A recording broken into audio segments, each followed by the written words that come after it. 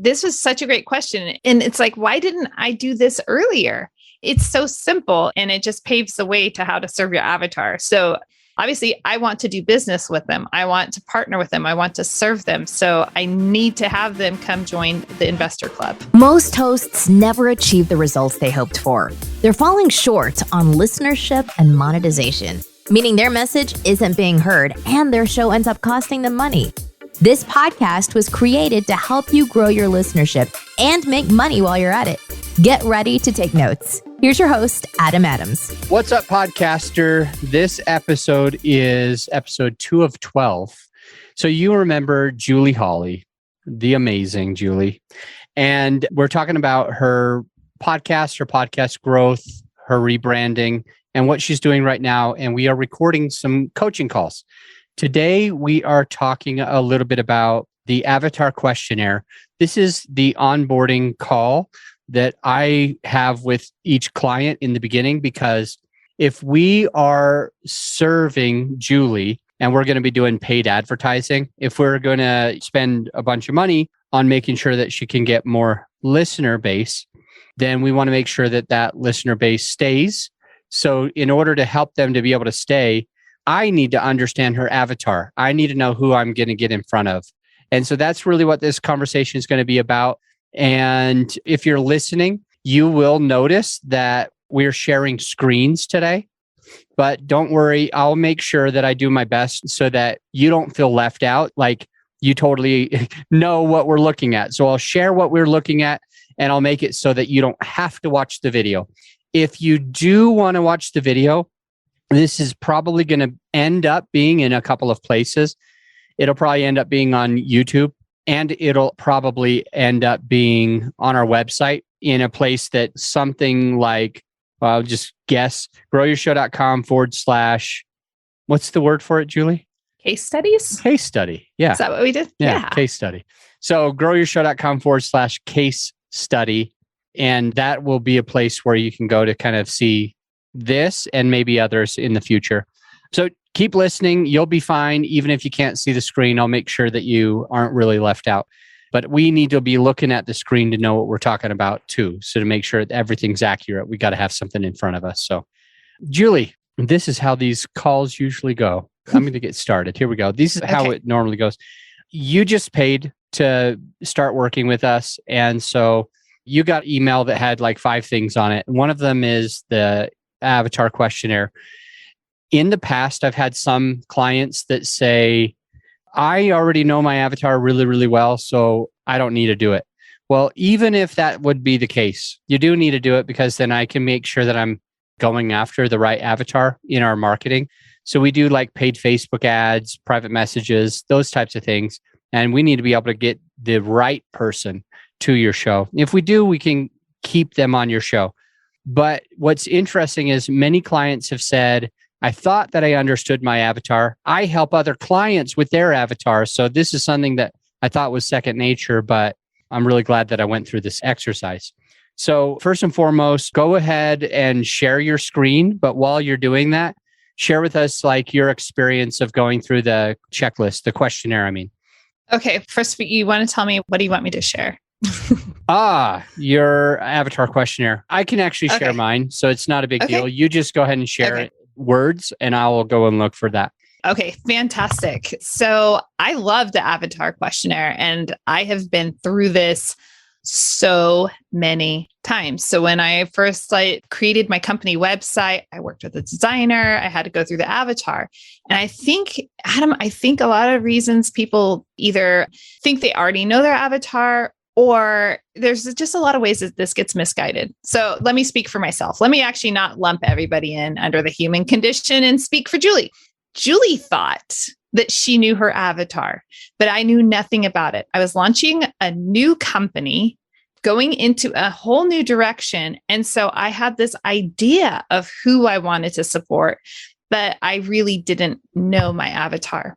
And I had that website. It was a great website. Everybody said like, oh, it looks good, but it doesn't matter if it looks good if it doesn't serve, right? And so like everything can be all pretty, but if it has no substance to it, it's really not worthwhile.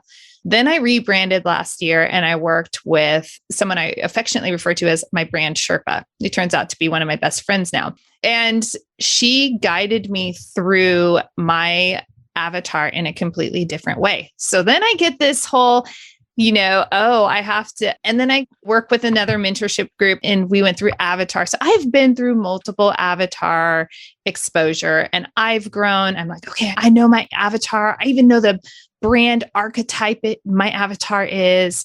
And then I get to your questionnaire. And I was thinking that, Adam. Initially, I was like, I've done this. I should just send him the 3-page document I've written about my avatar. By the way, his name is Ryan Stark. I should just send him Ryan's information and that should be suffice. But I thought, no, I'm going to honor your process. I'm going to go through your process because you never know what more you're going to learn.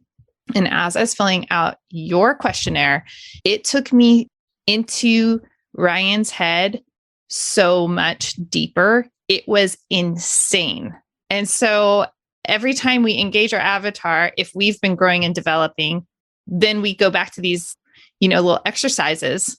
It shows up differently and we get more insight. So I was really excited about that process again. Cool. Yeah, really, it's funny how many people actually say that. I love hearing that your experience and just real and raw and from, without being prepped for it or anything like that, because I just get on so many original calls with people and they're like, I'm not going to do that. I already know my avatar. But then when they do it, they always say, what an awesome exercise. That helped me so much. There was questions in there that I never thought of. It really helped me to be able to make better content and stuff. I will share that we've created a lead magnet for our company with this avatar questionnaire. So here I am being super transparent with you, the listener, that I will get your email and I'll spam you and you'll be so mad at me about how much spam you get. Actually, we almost never send emails, but the point would be, yeah, you could, if you wanted to, if we wanted to, we could take advantage of emailing you. No, but we created a webpage. It's growyourshow.com/avatar. So real easy for you. If you're like, maybe I should go through this, maybe I should figure this out. You can go on there, you watch a video of me giving instruction of how to use the avatar questionnaire. And you can also download the PDF, the version of it, where it's a Google document that you can make a copy. Because I'm not going to have you change my whole doc, but you just make a copy of it. And then you can insert your own stuff into it. Like you can answer these questions for your avatar. And it goes through 4 parts. It's basically 4 pages. Part 1, I think is, well, I could just pull it up. Maybe if it's in front of me, it'll be easier. Part 1 is the geographics, where they live, how they live. Then part 2 is the demographics, how much money they make, how they make it, that kind of stuff. And part 3 is the psychographics, just kind of understanding what they're worried about, what they're going through, who they are, just details about them at a better level. And part 4 is just getting into your niche. And so that's what we're going to go through with Julie right now while it's being completely recorded. And for anybody who's watching, I'm going to be sharing my screen. And if you're not watching, don't worry. You can either watch it anytime you want, but we won't make you feel left out either. So here we go. No one's going to feel left out. We're such inclusive people. We're like, everyone's going to feel so loved. Yeah. So Julie, you're okay that we're vulnerable enough to talk about your avatar on the recording? We are. And this is a great thing about leadership. You've already paved the way for that because every time as I've been developing my avatar, which I used to think was really hokey and I didn't need to know my avatar that well, I really believed that. And also I didn't have the data.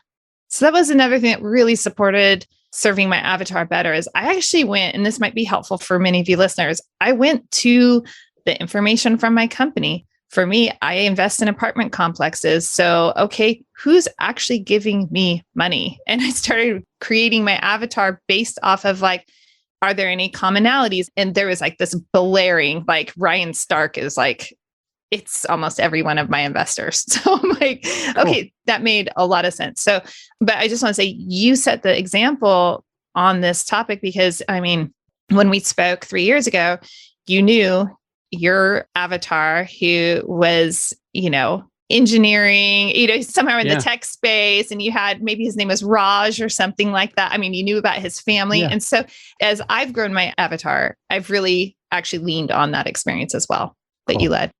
Awesome. Let's dive in. So geographics, where does Julie's avatar live? So she has on here that it's Ryan. He's 47. She even has a birthday on there. I was going to say, if you didn't point out that he has a birthday, I'm like, we got to make sure he has a birthday. Yeah. Yeah. And she put the gender, for example, marital status. And now the thing that I think a lot of people make a mistake on with their avatar, and when you watch the avatar video on go to growyourshow.com/avatar, when you go over there today and you're like watching that video, it's like 40 minutes, you'll hear me go into even more detail about what I'm about to share. But the point that I need to make is your avatar isn't a lot of people, okay? Your avatar is a person. And people think, well, my avatar is not gender specific, or my avatar doesn't make a certain amount of money. I can serve anybody, even if they only make 30 grand a year or 30 million a year. I can still serve them. And so they're kind of like keeping it broad and not even selecting somebody. It doesn't mean that you're racist or sexist or any of those bad things because you have selected an avatar named Ryan Stark. It doesn't mean that you're namist, that you couldn't serve somebody if their name was Jeff or Amanda. It doesn't mean that you're ageist because your avatar is 47. You could easily serve 18-year-olds, 20-year-olds, 70-year-olds. The point of it is to select a person that you do the most business with and make all of the content for them. So take that as a takeaway, but you'll get more about that when you go to the avatar video, growyourshow.com/avatar. And that should help you a lot to be able to get through this. Let me also speak to that because I actually had someone, she is a 40-year-old woman who we were discussing avatars. She listens to my show and she said, I cannot believe that's your avatar. The entire time I've listened to your show, I thought I was your avatar. So, it really doesn't matter. It just gives it's given me clarity. So all of my branding and my messaging is continually becoming so much clearer and it's easier. It's easier to make decisions. Yeah. And with that in mind, and this person who reached out to you, who's a listener and really felt like they were your perfect avatar, just based on how you speak, you'll notice that there's going to be people that are 37, 47, and 57 that are still getting a lot of the same stuff from you. You'll notice that there's some people that make, for example, Ryan Stark makes 185 per year, right? Income. So if you're listening to her show and you make 285,000, you could still feel like everything else was for you. Her avatar lives in Denver, Colorado. But if you were listening and you lived in, we'll call it Seattle, Washington, you could still feel it, right? It's just, the point is that she understands a person who she loves to work with, who she's worked with a lot of people like that, and she creates this as the avatar. In most cases, for me, it's a real person. My avatar, he's older now because I've known him for a long time, but Siva Venugopalan, 42-year-old male Indian bridge engineer from New Jersey who has invested in several other real estate syndications and still has more than $1 million available to continue getting into more syndications. He likes a cocktail. He likes to drink. He's got a couple of kids. He's married. I know what kind of car he drives, what city, all of these things. But when I make that content, I just want to make sure absolutely that everything that I do helps Siva. Okay. Everything that I do would keep Siva on the podcast. The questions that I ask, the content that I create, the guests that I have, they all need to be somehow relevant to Siva Venugopalan, or else I might be missing the mark and I might not be serving my real avatar. So that's just a good way to think of it. So this guy, marketing is the occupation. He's got an MBA, lives in Denver, owned the same home for the past decade or so. So he's been in there for a long time. He sounds like a conservative type of a person. He's got a lot of equity in his home. A lot of equity in his home. So he's got a wife. The wife's got a name. The wife's got an age. The wife's got a job title. The wife's got kids, or they have kids together, I'm sure. But she likes being a mom. And so now Julie's getting into the understanding of who this person is and what they need, what they're going through. And later on, it's going to really help her with her podcast. So I'm going to go through this stuff and only just ask questions and clarify some things. This is what we'll do all the time. Let's see what this is, and then I'll clarify. Ryan doesn't have very much free time. Why doesn't he have free time, Julie? He is busy. He's working. He's working a lot, and he's with his family. And so he doesn't have he's a director of marketing, which is also growth since I've last filled this out.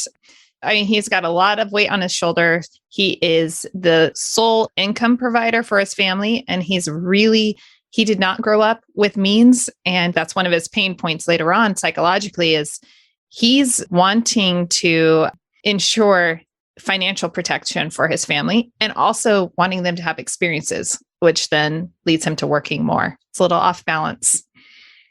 Yeah. So does he work more than 40 hours a week then? He does. He works about 60 hours a week. Jeez, I can't even imagine. You really cannot imagine. I've been like in the 20-ish hour a week range for the last little while. Mm-hmm. And it's funny, even with 20 hours, I find a way to still fill my days up at the gym, mountain biking, my kids. But it's doing things you love. Yeah. And want to do. But I just couldn't imagine going back to 60 hours. But a lot of people love that. It sounds like Ryan's like in it. He wants to be a provider, but it is something that is going to help him to want to be more of like a passive investor and investing in your company. So that makes total sense. And finding more people like Ryan, getting to know Ryan, and having stories on your podcast, Julie, like that you're basically speaking to your avatar is going to help those other people that are just like Ryan, that are working a ton. They're married. They're great people. They're hard workers. They love their families. It just helped them to be able to get to that next point, which for them is, I need to get some passive income. I need to make it so that I don't have to work. So this is really good. So that's why he's busy, why he doesn't have free time. Snowboarding, jogs, guilty. I'm going through this. Where do they spend most of their time? Ryan. Wait, this was interesting. Hold on. It wasn't most of their time. It was most of their online time. And that pushed me, Adam. That pushed me so hard. I'm like, oh my gosh, I've never thought where he is on the internet. And honestly, then it starts making me more, I'm like hyper aware of people that fit my avatar that are around me in proximity. Yeah. Where I'm like, I wonder what do they have open on their phone? Like if I go into, what are they looking at when they're online? Yeah. Great question. Well, so how do you think that helps you to be able to maybe serve Ryan better, to know that he's, for example, on YouTube looking up cocktail chemistry?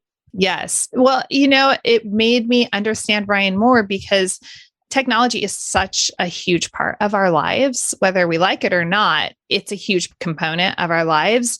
And that will give us more information as to how should my branding be? If he likes to go to these places online, I mean, you're looking at a different avatar. If it's like, oh, this guy's always at, and I don't shop, so just forgive me on this. Like, okay, it was shopping at Abercrombie and Finch versus he's shopping at J. Crew or Banana Republic. Again, I don't shop, so I don't know, but I hate shopping.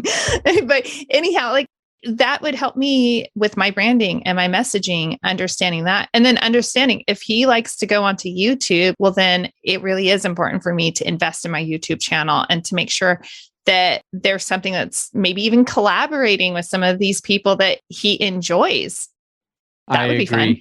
And one way that it helps you as well is my team does paid advertising as well. So, and anyone listening, I mean, you should be doing some sort of paid advertising for your company or your podcast or for both. But anything that you want to grow, you kind of have to invest in. You kind of have to put in the money to be able to see the return. So you want your podcast to give you a return, you probably ought to be investing in it. With the YouTube, it's good for me to know that he spends his time on YouTube or a certain blog, because if I understand that, I can go and try to buy banner ads on those blogs, or I can try to put some of our budget on YouTube channels. If I'm seeing that he likes cocktail chemistry, etc., I can start to think, how do I get in front of people like this? What were you going to ask? I was going to ask, which I think a listener, if I were listening, I'd be like, well, how much money should I be spending on advertising, Adam? And do I do this like a weekly, monthly? How does that even look? Which could be maybe something that you talk about on a podcast or podcasting episode solo. Yeah. Well, that's a good question. So how much money should we be spending? There is a few factors. One of the factors is how fast can you grow? How fast are you allowed to grow, able to grow? Do you have staffing to grow?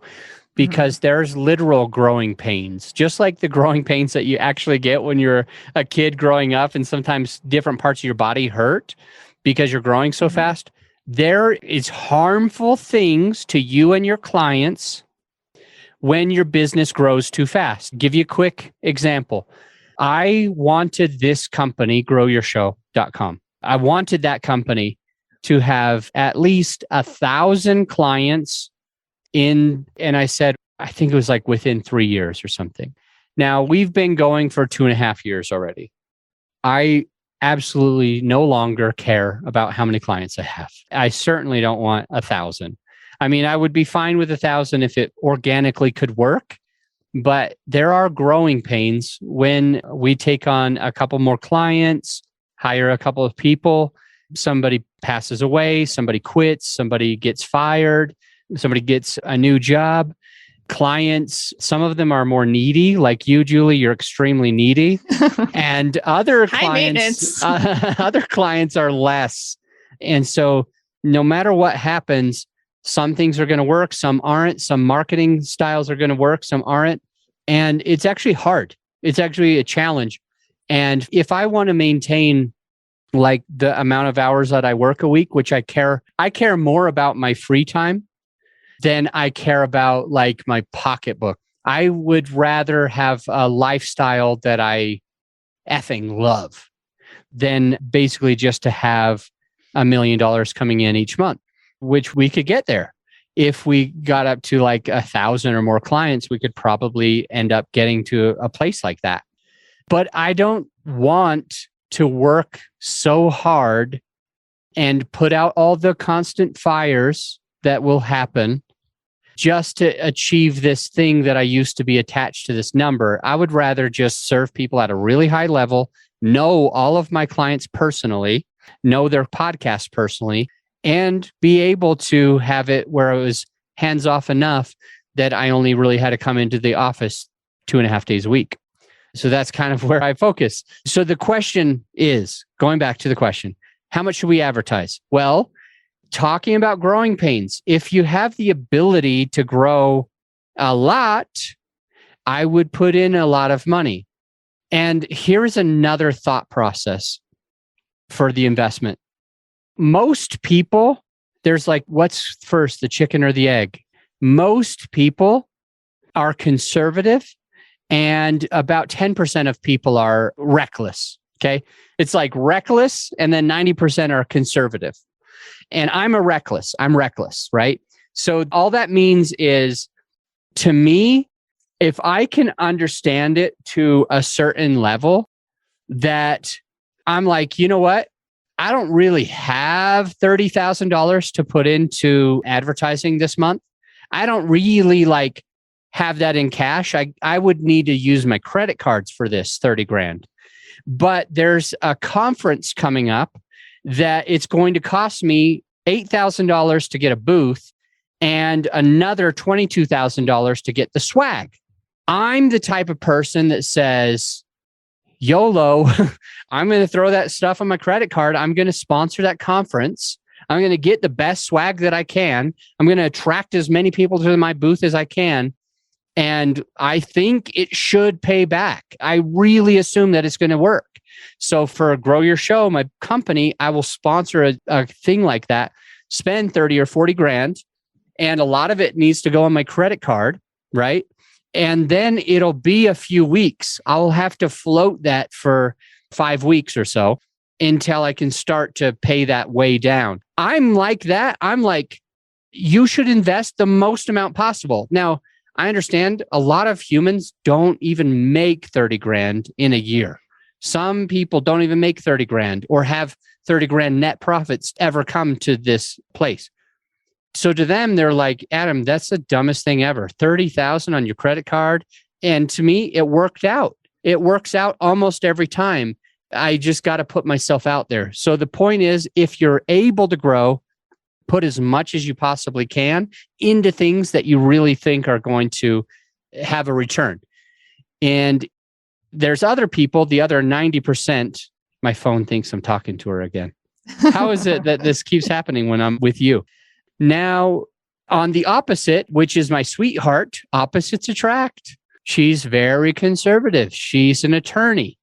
Attorneys generally learn how to mitigate risk. They always are looking at the downside.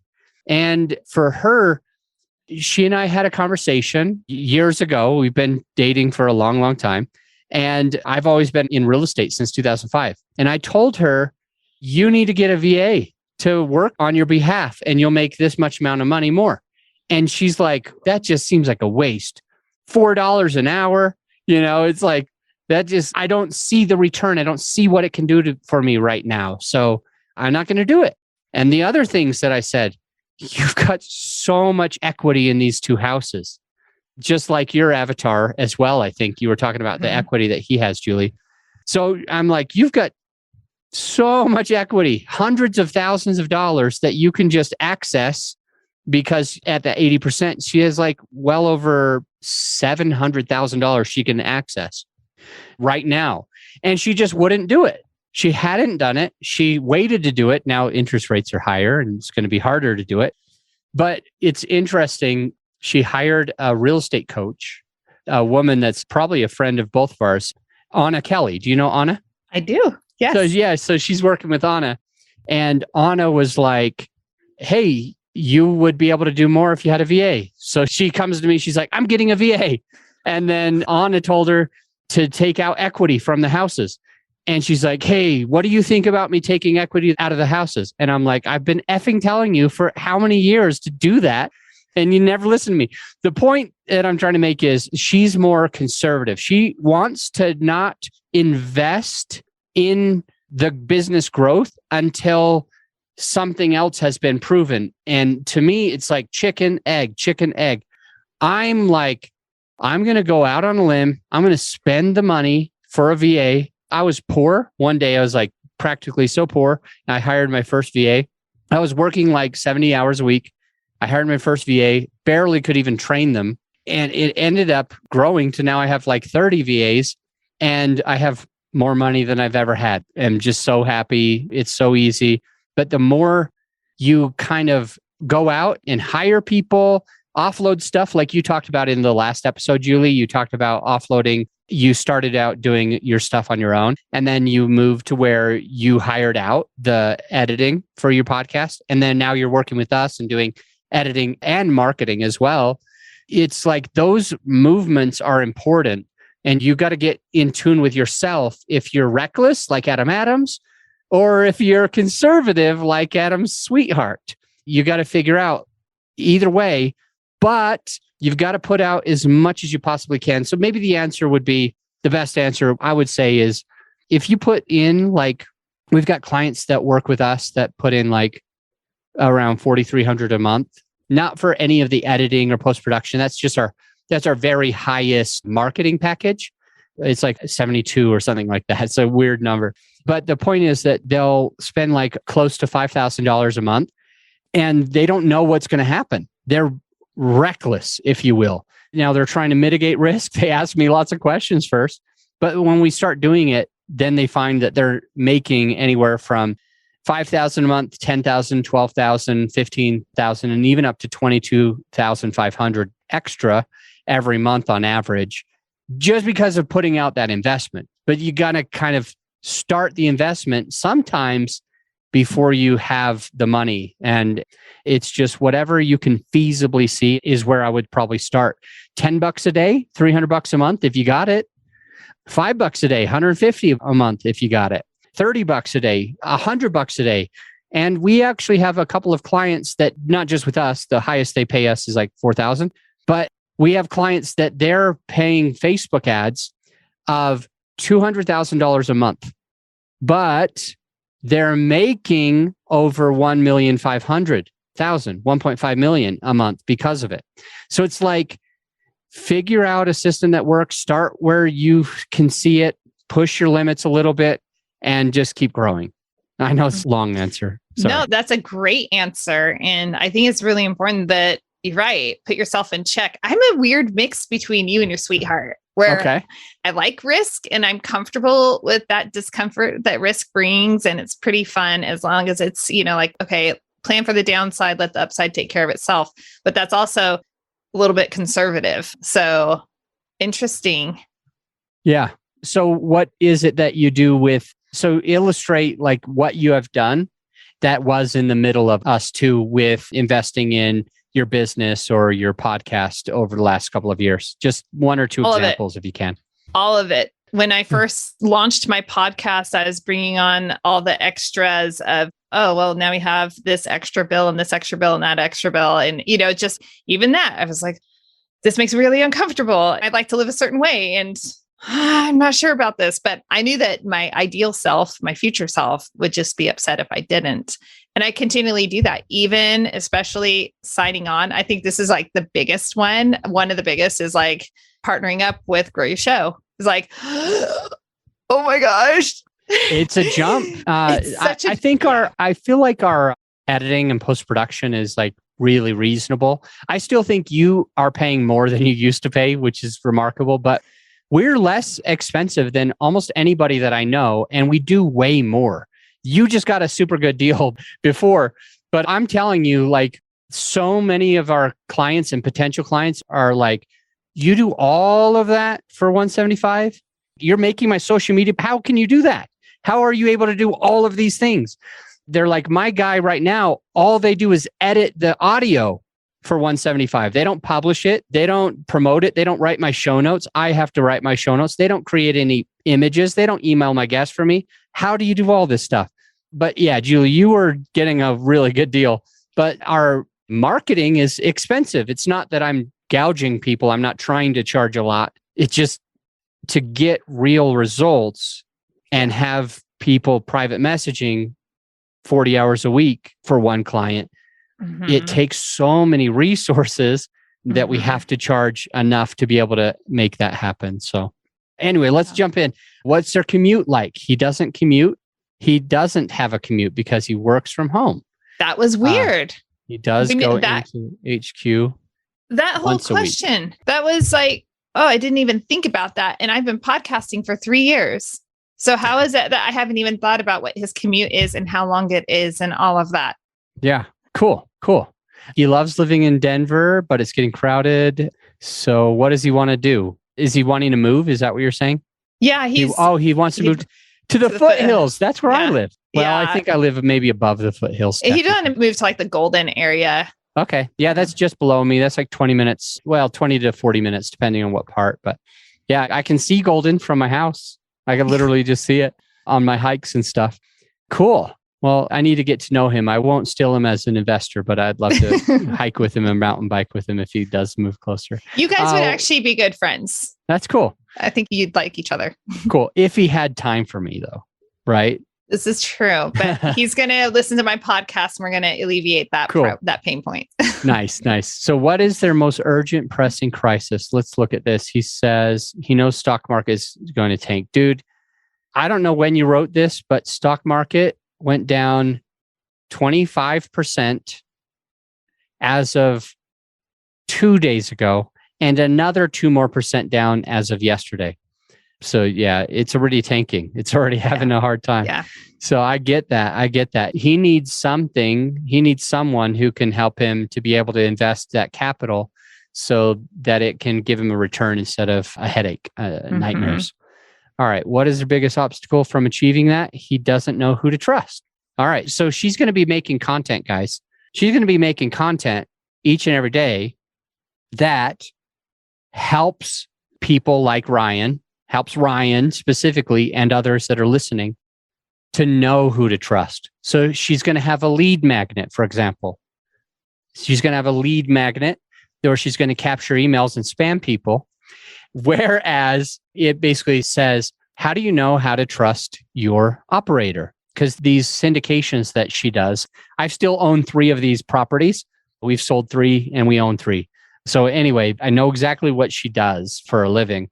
So she's going to make a lead magnet for this guy, Ryan, and others just like him that help, hey, download this checklist so you know how to vet your operator, or get my one sheet, my one page. I wrote a page that can help you know exactly how to find out who you can trust in this space, what to look for, what to watch out for, what are the red flags, and what are the questions that you should ask. So she's going to write that. And then she's going to offer that on her podcast. She's going to say something like, hey, if you are having a hard time knowing who to trust in this space, I'm with you. I've had a lot of people come to me that didn't know how to trust. Some listeners have reached out. One of my investors, Ryan, reached out. He doesn't know who to trust. He didn't know who to trust. But when we went over some of these things, he learned how to do that. I put together a little PDF for you that I'm going to make available for you at mywebsite.com/who to trust. And so don't go actually look for that. I don't know whose website is mywebsite.com. That's not mine. So now she's offering this thing. And then the person's like, man, that would really help me.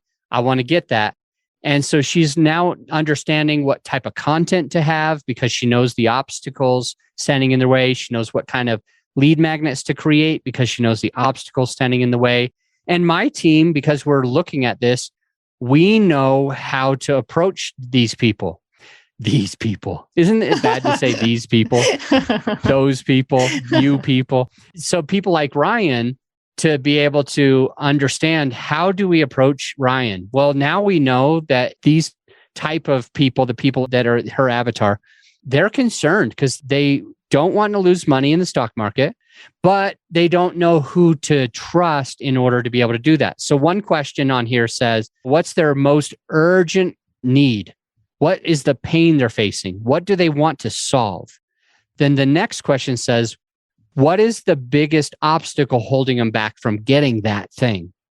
By being able to answer both, you're starting to see, oh, I need to do this. I need to create this, and etc. So then it goes into what additional roadblocks stand in their way now. For Ryan, it's once he decides, he feels he can't learn fast enough. So what does that mean to you, Julie? That'll help me to understand. Yeah, he's one of those, I can decide and then I can start taking actionable steps. And for him, he really likes to understand something thoroughly and adequately. And so now he wants to just devour as much information as possible so that he understands the nuances. It doesn't have to be granular, but he's definitely, I don't want to be high level. I want to be able to understand the vocabulary of this real estate investing sector and understand a decent amount of the intricacies of it. So now he's just picking up, I have a few lead magnets on my website. Like he'll go there and he'll want to take those lead magnets right now. Oh, apartment investing made simple. Okay, great. I can get my high level here. Yeah. It was Kathy Fetke, who's been a really good friend of mine for many years now. We had spoken on the same real estate investing conference stages a few times in different states. And we both joined the same mastermind group as well. And I've just gotten so connected with her and so much respect what she does and how she does it. There is one thing that I coached her because she also hired our company to do marketing for their podcast. It grew a lot. I mean, it was already huge, but it like tripled. It was insane. It's already a huge podcast. People listening, it's a huge podcast and she's amazing. So that's amazing. But the point that I was going to make is what you were starting to say with Ryan. And Ryan, you were talking about the language. He wants to have the right language. He wants to understand. He wants to feel like he gets it. And there's a lot of ways to do this. And one of the things Kathy did, I'll just throw her under the bus for a second, even though she's such a good friend. One of the things that she did is she started getting bored on her podcast of asking the same questions for the same avatar. So she got more complicated. She knew that she had used words like, let's just say, PPM.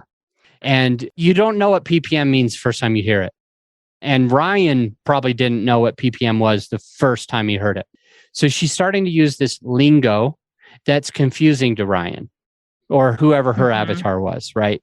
So she's starting to use PPM, OPM, IRR, COC, and she's starting to use this language, reversion cap rate, that people don't hear all day, every day. Some of these terms or acronyms, or what is it when it's letter? No, Is that's that not an acronym. Oh, I thought an acronym was. It's like the abbreviation. Why can't I think of it now? Yeah. Well, the point is like, if we go into our episodes being bored of serving our actual avatar. Now, Ryan is Julie's avatar, but one of the best ways to look at the avatar is who was Ryan when you fricking met the guy?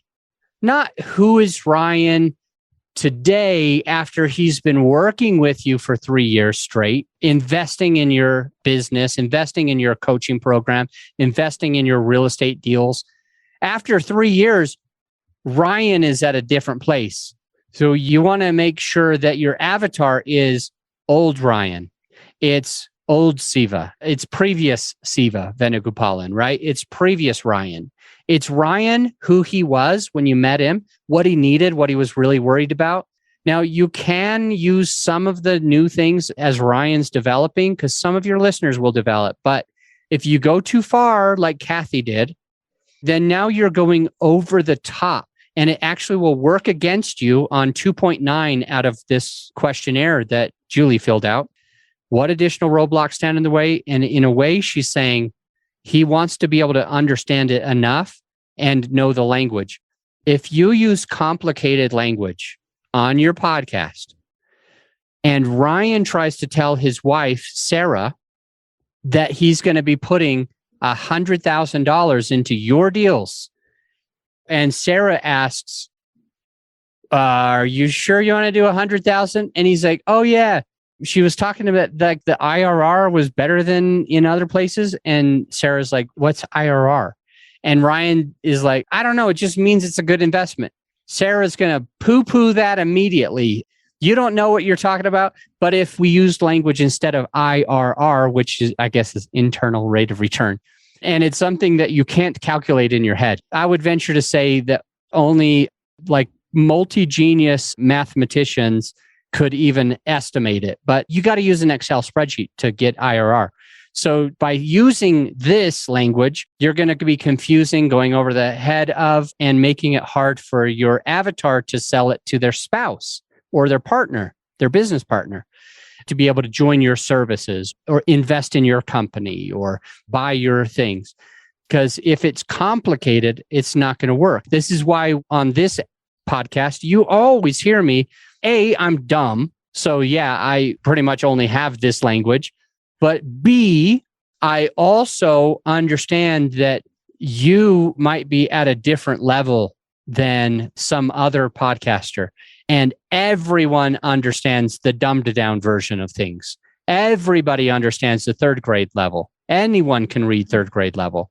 Not everybody can read 12th grade level. I'm one of them, but not everybody can read the 12th grade level. And so it's like, if you are publishing in a magazine, if you're like writing an article for a magazine, you write it at a third grade reading level on purpose, because now you're not speaking over top of anybody and then they aren't thinking, man, I can't even listen to this. I don't even know what some of this stuff means. So be real cautious to take this knowledge of not speaking over your people, over their understanding, and not growing yourself and then thinking that everybody's listened to all 1,000 of your episodes or all 300 or all 30 of your episodes. There's always going to be a perfect avatar like Ryan, always going to be another Ryan that's listening to today's episode, but has never listened to a single other episode. So for you to assume that they automatically know what IRR means or COC or reversion cap rate or some weird term like that, for you to assume that you're actually making that person be like, oh crap, like I can't do this. I don't know how to get started in this. And so you'll be actually thinking that you're sounding smart. You'll be like, wow, I'm using really cool language that I learned yesterday. And I'm now going to go and flaunt it on my podcast, how smart I am, how educated I am, how obvious these acronyms can be to me now. But you're letting your avatar down. All right, 2.10. Let's see. Other obstacles encountered by your side. Ryan could very easily invest. Lack of experience, integrity, genuine concern, care for his earned money. Here's one of my favorite questions on here.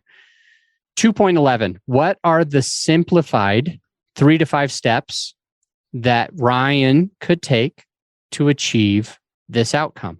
And I love this question. Julie, give us your 5 steps. Yeah. And this was such a great question. And it's like, why didn't I do this earlier? I mean, it's so simple. It's a simple question and it just paves the way to how to serve your avatar. So step 1, listen to my podcast.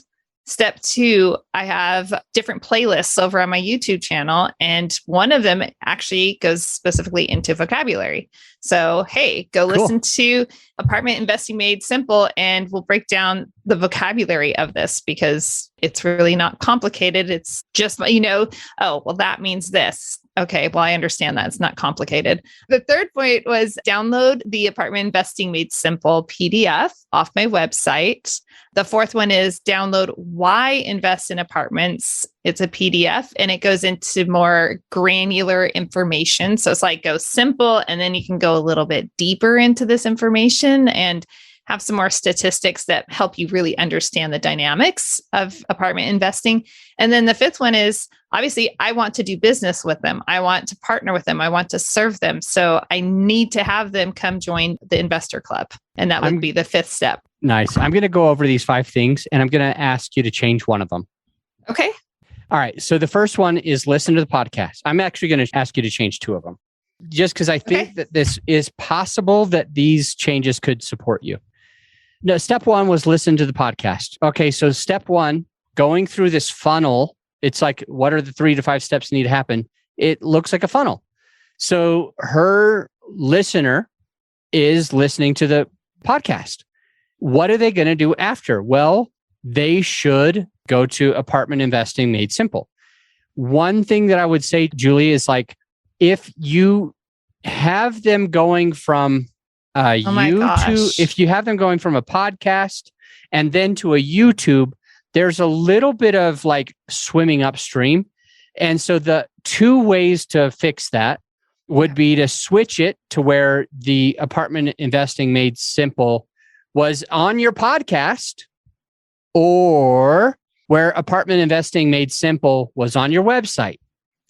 So if they're going to the podcast and then they're going to YouTube and then they're going to your website and then they're going to your investor thing, then everybody has to go to 4 platforms in order to do your 5 steps.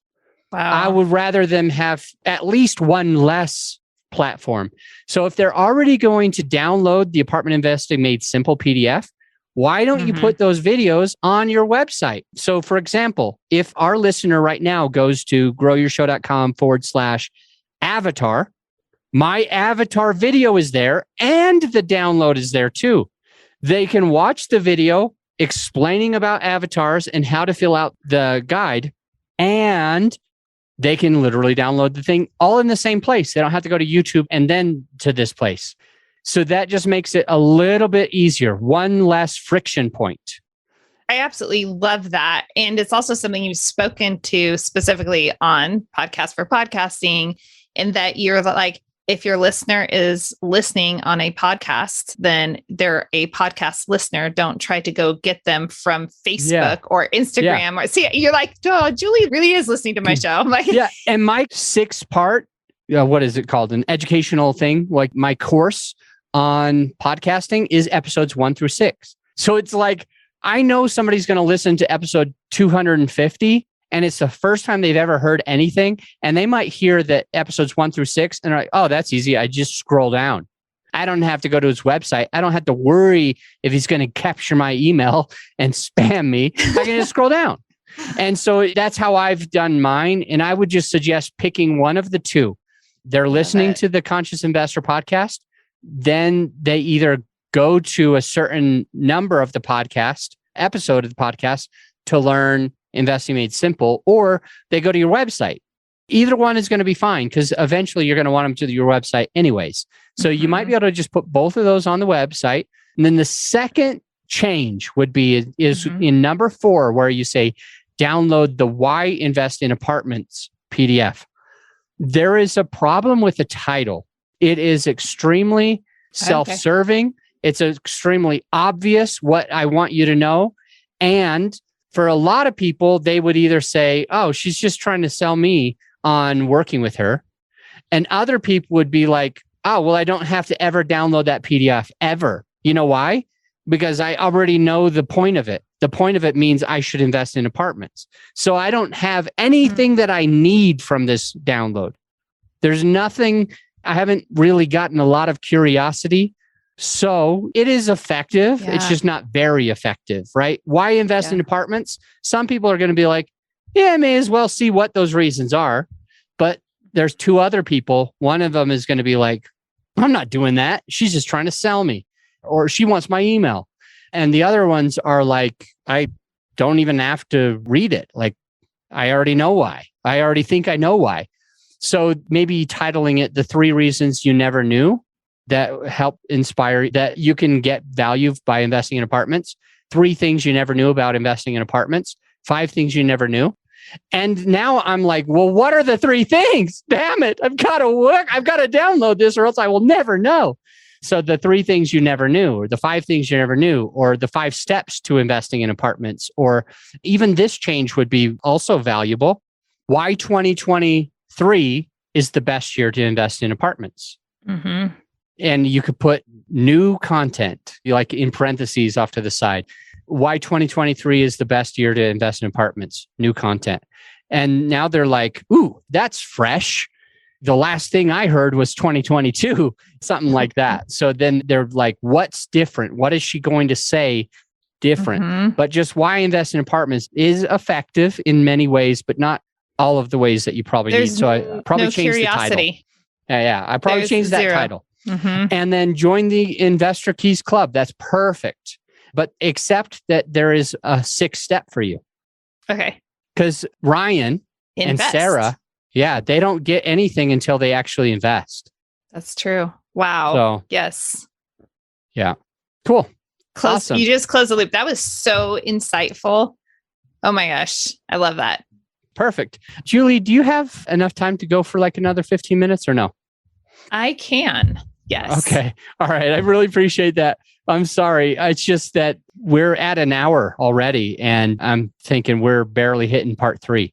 But this is good. And I told you, I'm like, Fridays, I have a lot more flexibility than any day of the week. So thank you as well. Perfect. And this is a great section.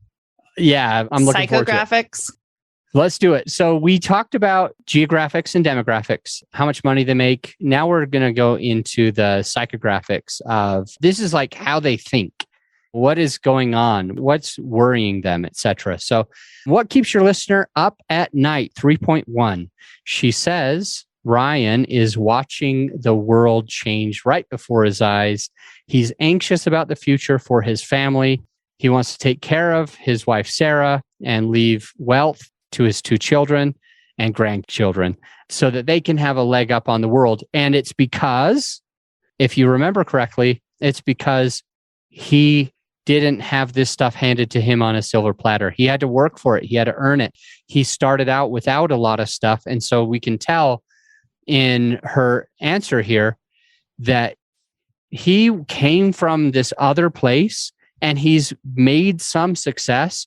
And he wants to make sure that his kids have that success or more going forward. Is that right, Julie? That's right. That's exactly right. He just wants to give them a launch pad. Love it. Love it. And he's also getting burned out and is confident that he has the energy to sustain. Oh, he's not confident. Oh, sorry. I'm dyslexic. You guys have heard that before. It says isn't, clear as day. All right. So he's getting burnt out and he's not sure if he can sustain. And so that's giving him added anxiety to making sure that he gets this taken care of for Sarah and the children right away.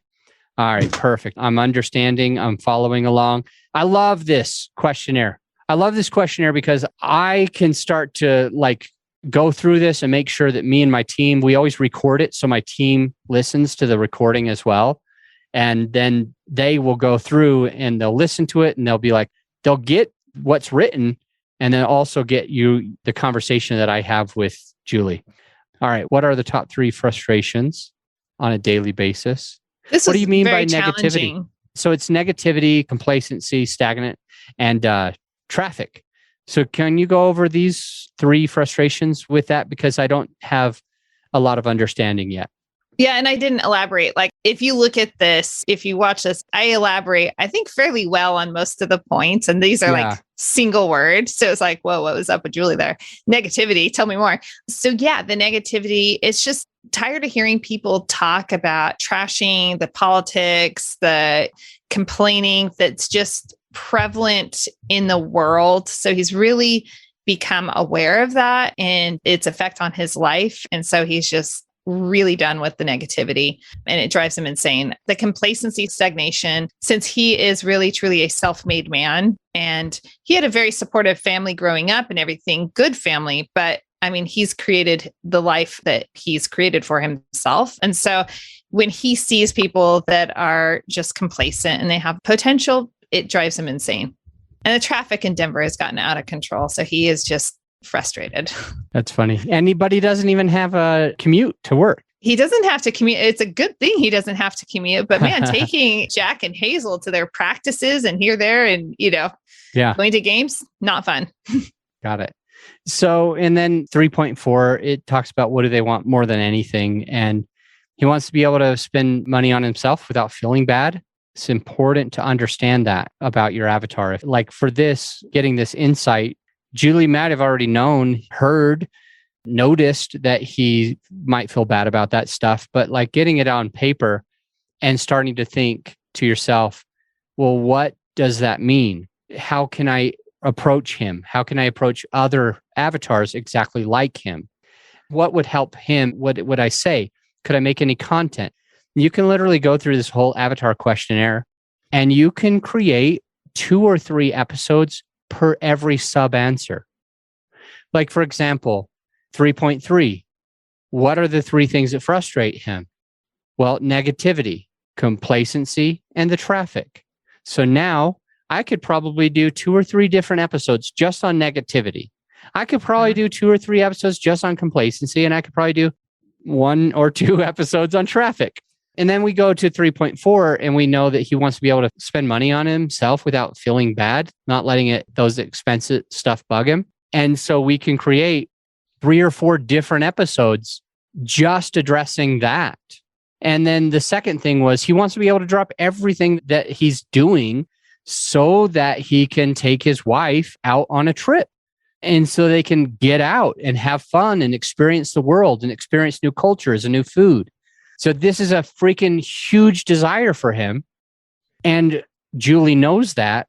So Julie can use this information, not in a manipulative way. I'm not saying it like that, but she can use this information to be able to hit on these pain points that he has and rub salt in the wound, if you will. It's like the doctor. I don't know why the doctors have to freaking do this. But at the end of the doctor's visit, I'm like, I don't effing care what you want to give me. Give me any kind of medicine. Just don't hurt me anymore. They'll come in and they'll be like, Adam, does it hurt when I do this? Ow, yes, it hurts when you do that. How about when I twist it this way? No, not so much. Oh, but it does when I do it this way. Oh, yeah. Can you please stop? How about if I push really damn hard right on that pain point? Does that hurt? Are you kidding? Of course it hurts. All right, Adam, here's what we need to do. We need to do an x-ray. Okay, I'll do the x-ray. I'll do it because you get me. You know where it hurts. You know how it hurts. You can tell that it hurts a lot. I'll do anything that you want. So we take the time, I guess, to diagnose as well as to verify, as well as to let our avatar, let our listener feel some of that pain. For example, I could do an episode where I say something like, are you not getting enough listeners? Do you feel like you need a stronger listener base. Is it hard for you to be able to make money when you don't have a single listener? Is it a challenge for you to be able to feel like you're actually leaving a legacy when you know nobody's listening? So now you're like, fucking hurts, man. I'll do anything you say. What can I do to solve this problem? It's so painful. This is why we listen to podcasts on podcasting, right? Like the other listeners and I, because like you're constantly like just putting an elbow into our wound. Like, yes, Adam, yes, that's a problem. Tell us how. So the point is, whatever genre you're in, and for Julie, she knows that he wants to be able to take Sarah on trips around the world. And so she can use this, she can have, not manipulating, not in a bad way, but at least to help them take action. When I say something to you like, is it hard for you to leave a legacy when you know you only have 158 listeners? You're like, yeah, I want a lot more than that. You're more likely to make a change. You're more likely to invest in your podcast. You're more likely to give me a call. Yes, a lot of those things do serve me. A lot of those things, you hire me, I'm making more money. But the point that we're really trying to make is where our heart is, where your heart should be, and where my heart is for you. I want you to be able to invest in your podcast so that you can get the results that you're looking for. And yeah, you'll hire me, but also you'll get the benefits and you'll have actually a real legacy. It's the same thing when you create content for your avatar. When Julie creates content for her avatar, when she understands the pain point and she can ask, what's your avatar's name again? Ryan? Ryan. Yeah. When she can ask Ryan, do you want to be able to take your spouse on trips around the world? Are you frustrated not being willing to spend money on yourself? Ryan's like, yeah, that's me. Yeah, I definitely want to do that. And the third one, are you nervous if your children will have too much money stress at home or be able to go to college or whatever it is? Do you want your kids to go to college? Not everybody does. I don't really personally care if mine do, but most people care. And if you're talking about that and you're talking about like, do you know where that money's going to come from? And your avatar is like, I don't know. I'm not sure. Well, invest. You got to invest. This is the solution is aspirin. The solution is an X-ray and a cast. The solution is giving Julie a call and scheduling a one-on-one consultation where I can help you to be able to start getting some of that money working for you so that you can feel comfortable, A, spending money on yourself without feeling bad, B, take your wife on trips, and C, make sure that your children don't ever have the type of financial stress that you used to have. And now Ryan, what does he have a choice of doing? He has a choice of being stagnant and continue to be unhappy or to give Julie a call. Yes, Julie also will benefit if she has more investors. She can close more deals. She and her family will live better. But also, when you look at her heart, she wants Ryan to be able to take action steps. He's not going to take action steps if he doesn't feel the pain. Humans run away from pain faster than they run toward pleasure. Just remember that. Mm-hmm. All right. Explain what you would do if there's high-level steps. Adopt some of these. Spending $5 on. Okay, I'm going through this fast. Biggest mistake. 3.7. What's the biggest mistake your listener or your perfect avatar is making right now? It needs to be related to the problem that you can solve. Well, Ryan is allowing negative thinking to cloud his self-perception. Ryan is well-intended, but he might be reading the wrong books. Ryan's not identifying the value that he's bringing to the table. A lot of people do that, actually. I do that. And I feel like I can help other people not do that, and I still do it. Ryan's friends are good people, but they're not thinking in the same way or the same way he wants to be thinking. So they're kind of holding him back in a way. And Ryan's not prepared for the future. He hasn't been focusing on that, right? So these are the biggest mistakes that they're going through. Now she can make lead magnets with these things. She can make podcast episodes about this. Hey, I recently spoke with one of our investors, Ryan, who passively invests with our team. Or she might not name the name. Who knows? Maybe she'll think that Ryan will be embarrassed if she says that. So one of my investors, we'll keep him nameless. We'll call him Ragdoll. Ragdoll is allowing negative thinking. He's a real person. I'm just calling him a fake name. And I thought I would share this with you because Ragdoll's probably not the only one going through that. And same thing with, I was talking to an investor today, going for number 2, while well-intended, he's reading the wrong books. So she can say, hey, I was talking to an investor recently, and he's been reading a whole bunch of books, but none of them are getting him what he's looking for. So what I wanted to share with you is the top 4 books that are going to be able to help you in your investing journey, and another resource for you to be able to take action on it. Because if you don't take action on it, she could say, if you don't take action on it, you'll never be able to, and she can scroll up, you'll never have the ability to spend money on yourself. You'll never be able to take your wife out. You'll never be able to know that your kids are going to be more well off than you are.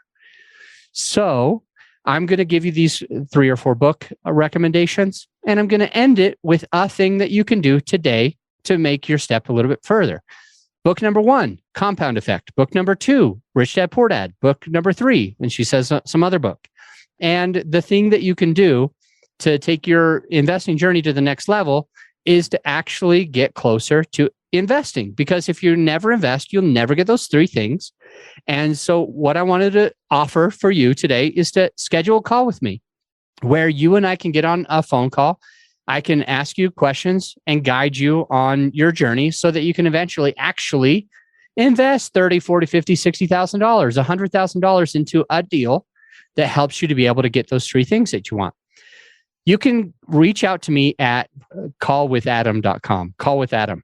So Julie might have one, julieholly.com or callwithjulie.com or call with Julie middle initial Holly or whatever it is. She can say, this is how you schedule that call with me. And that will allow Ryan to take a step toward his future. So that will be really helpful for the avatar. What's worse, Ryan is so busy lead as a leader among those he's surrounded by. He's turned to the focus on helping others and neglecting himself. I resonate with that. You know, it's funny, a doctor, a psychologist or a psychiatrist, whichever, I don't know which one, but they told me if you don't end up helping yourself and doing things for yourself before thinking about others, you're going to end up killing yourself. Something like that. It was a bad thing. I think it was committing suicide or something. But if you don't end up focusing on yourself and self-care, self-love, investing in yourself, before you just try to make everybody else happy, it's gonna be bad. And so it looks like Ryan can resonate with that. Ryan has a little bit of me in him, or I have a little bit of Ryan in me. How do you serve your avatar? We're getting into the niche part 4. We're almost done. Niche part 4. This is where we figure out what that because I've had kids knock at the door, open the door. Yeah, we're literally almost done. We really are. So niche is part 4, and so it's like 4.1, 4.2, and you got all these questions, and it kind of helps you to identify like what is your own niche. We're not going to cover it like in full depth, but we'll skip around. Like 4.2, for example, she's got Stephen Pesavento. We talked about him on this episode or last one. So great, and he works with you, but he's so great. No, he doesn't work with us right now. He was in our mastermind group like a while back, like a couple years back, and that was when he was launching his podcast. So he did a lot of cool stuff on his own, and I acknowledge that for sure. And I hope that I could also say that we had some impact on like the success of his podcast as well. But Steven's just an awesome guy. He is a friend, but I can't claim really awesome. that it's us. Tyler Chesser is a new client. I think he paid today. That's funny. Oh my gosh, no way. Yeah, Ed Millett is not a client, but yeah, Steven's a good friend. Tyler is a client, and Ed Millett is not. But these are the most relevant competitors to you. Okay, got it. The thinking behind that is that they're all very introspective, and both Tyler and Steven are, syndications. I mean, like real estate oriented podcasts, but they both bring so much depth to everything they do. So yeah. Awesome. So it says, what are the top 4, most relevant competitors? So this helps my team, especially, to be able to know we can, this is like random, but a thing that we can do is we can go and look on Instagram at everybody who follows Steven, everybody who follows Tyler, everybody who follows Ed. And we would be able to go through their followers and take those names, look for them on LinkedIn, and then do a reverse, get all of their information. So we get like their email addresses and stuff like that. We never use the email to email them, but what we'll do is we'll create like a lookalike audience on Facebook for all of the people that follow these 3 people. This is one of the ways that we actually market for Julie's podcast. Well, we're just starting, so we haven't started yet. But the point is, one of the things we're going to do is when we see 4.2, we go through all the work of skip tracing all of the followers of all 3 of these people. And then we go and create a lookalike audience so that we can get in front of more people that are very relevant, as well as the people, not just relevant people, but the people that are following these other people, because they are competitors. We can stay in front of them, and because we're using our own list, we're going and finding the list, skip tracing the list, creating all of that, and then putting it up on Facebook. It's actually cheaper for us to get in front of those people that follow these 3 influencers. So it's just a fun thing, and you can learn from it, and you could also hire us and we can do it for you, but just cool stuff.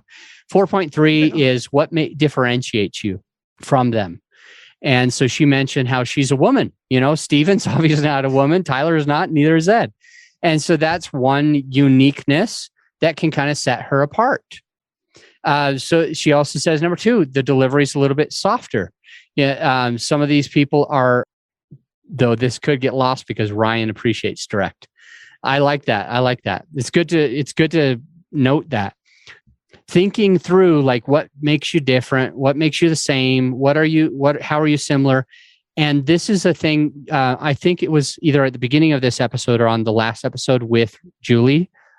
She talked about how she listens to our podcast and she's heard the line in the sand and she's doing the line in the sand. Well, one of the things that you can do is she could say on her podcast, look, there's a lot of great people out there. I personally know and listen to some of the following: Stephen Pesavento from Investor Mindset, Elevate with Tyler Chesser, and even Ed Millett's podcast. These all have some similarities to what I offer, except some of them are a little bit more arrogant than me. That's not my personality. I'm not going to be pushy to anybody. And secondly, I'm a female. All of those guys are males, and you can get a male's perspective really easy in the real estate and investing space. It's kind of hard to find a woman who's an influencer. And I hate to call myself an influencer, but I am, and I have a significant amount of people that listen to every single episode. 158 right now, by the way, as we are getting started with her. 158 people. That's almost a small conference every single time. That's a giant meetup every single week, twice a week for you. Mm-hmm. It's insane to think. Yeah, we're embarrassed. It's only 100 and something, right? But it's 100 and something. That's a lot of people. And these are regular listeners who keep coming back and back and back. And part of it could be that you're not coming from I'm better than you, arrogant, aggressive space. You're coming from a soft, supportive, nurturing space. And some people appreciate that. And also you're a woman. And a lot of women, I found, because I've hosted a ton of conferences, if I don't have anybody who's like a minority, like anybody who's Black or Hispanic or a woman even on my stage, There are a lot of people in the audience that are up there watching all these old white males who can be successful in real estate. And they're saying to themselves, yeah, but I don't know if I could do this. I'm not sure if that's me. Like, I don't resonate with anybody on that stage. So it's really important to notate whatever your differences are, to highlight them. I'm a woman. I have a softer delivery, etc. What makes you credible? She lists all of the things that make her credible. I'll go through those. I don't have any questions on them now. The biggest result that they can achieve working with you, you share that just fine. I love this. At the very last, it's 4.7. Give me a sentence or two of using the messaging framework. So would you share us your message before we end? Yeah, I help high-income professionals step into self-confidence by building their mindset and investment portfolio.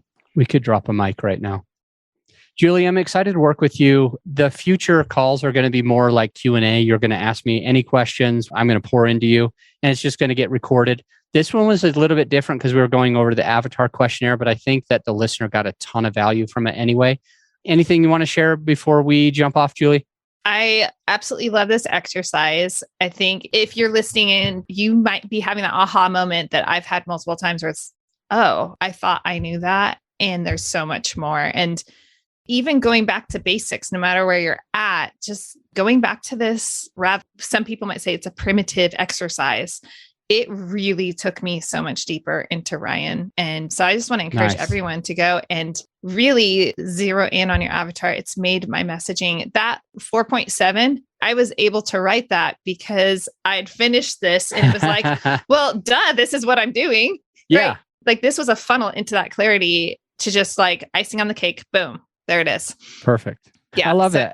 So if you're listening and you want the same value, just go to growyourshow.com/avatar. And that'll allow you to be able to kind of do this whole exercise on your own and be able to really pinpoint your avatar to be able to serve them better on your podcast. Julie, how long did it take you to do this? Most of our clients say 30 to 90 minutes. It looks like it took you a lot of time though. So I'm just curious. Yeah. So some of it, initially the geography, I copied and pasted from my other like 4 pages I have written on Ryan, however many pages. I'm literally probably going to end up with a book because like it's a relationship. I'm getting to know him. It's so cool. And I want to get to know who he is and I document that.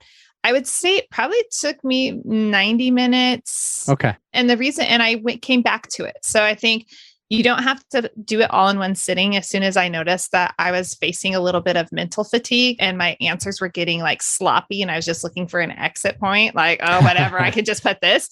That's when I pulled the plug and then I came back. Hey, thanks for spending so much extra time with us on this episode. I really appreciate it. We've got 10 more episodes with you and you might only be at 158 right now, but that's absolutely going to grow over the next few episodes. So I'm really excited to work with you.